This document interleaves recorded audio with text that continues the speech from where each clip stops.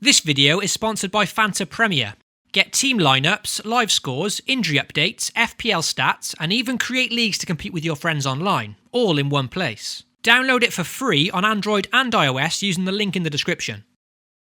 Warning, this video contains team selection and captain choices which some viewers may find offensive. Hey guys, and welcome back to FPL TV. Before checking out my team selection for Game Week 17, let's review how my team performed in the previous Game Week 16. And as always, if you enjoyed today's video, then please consider leaving a like and getting subscribed to the FPL TV channel. A disappointing 1-pointer from Fabianski this game week, with just 2 clean sheets in 16 games for West Ham this season. With excellent fixtures coming up, I'm still happy to own him for the time being, but it's probably his save points that we're going to have to rely on. In defence, my bad luck turned to good fortune in Game Week 16, with Alexander-Arnold first missing out, but then Marcos Alonso coming into my side with 6 points from the bench, a player that I opted to leave out for Game Week 16 when Chelsea faced Man City.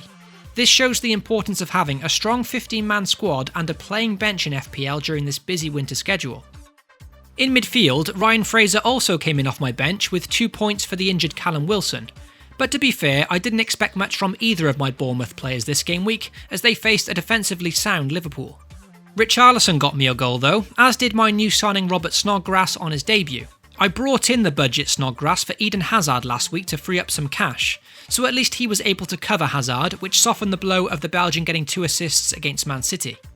If you caught last week's episode, I still had some very big decisions to make. The first was either to get Kane or take a 1-week punt on Lacazette, and the second was then who to captain between those, Raheem Sterling or Mo Salah.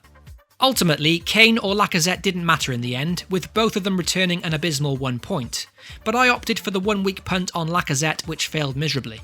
Fortunately though, I did opt for the right captain choice by signing with Mo Salah away to Bournemouth. As for captaining Lacazette, I just felt that owning him was already enough of a differential, so I didn't want to take further risk by captaining him, a decision that significantly improved my game week.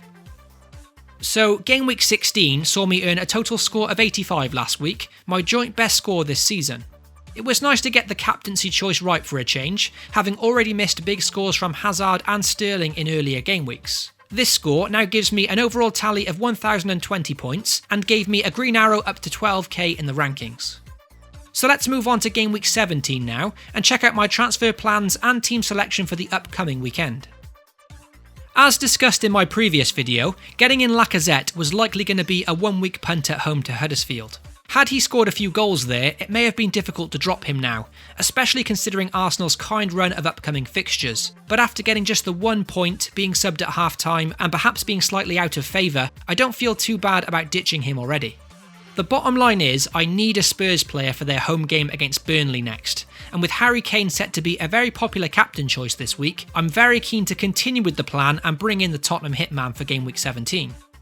So with that very likely being my transfer this game week, here's how my team could line up for this Saturday's game week deadline, but be sure as always to check the FPL TV Twitter page, where I'll post my final team selection shortly before the game week begins.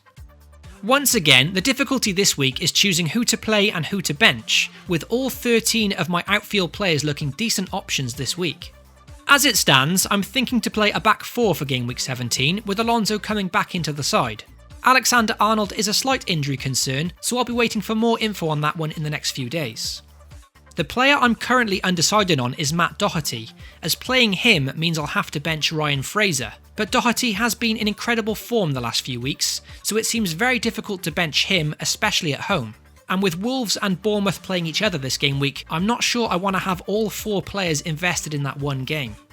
With Ryan Fraser potentially missing out, this means I could be benching 2 midfielders this week, with Richarlison likely being on my bench too away to Man City. Man City have only conceded 5 goals in 8 home games this season, so I'm not sure I fancy fielding any player against them there, to be honest. This means it's a 3-man midfield of Sterling, Salah and Snodgrass for Game Week 17, and hopefully Sterling and Man City will be looking to bounce back after their defeat to Chelsea last weekend. Up front, Jimenez and Kane will certainly start, and ideally Callum Wilson will too, providing he's fit.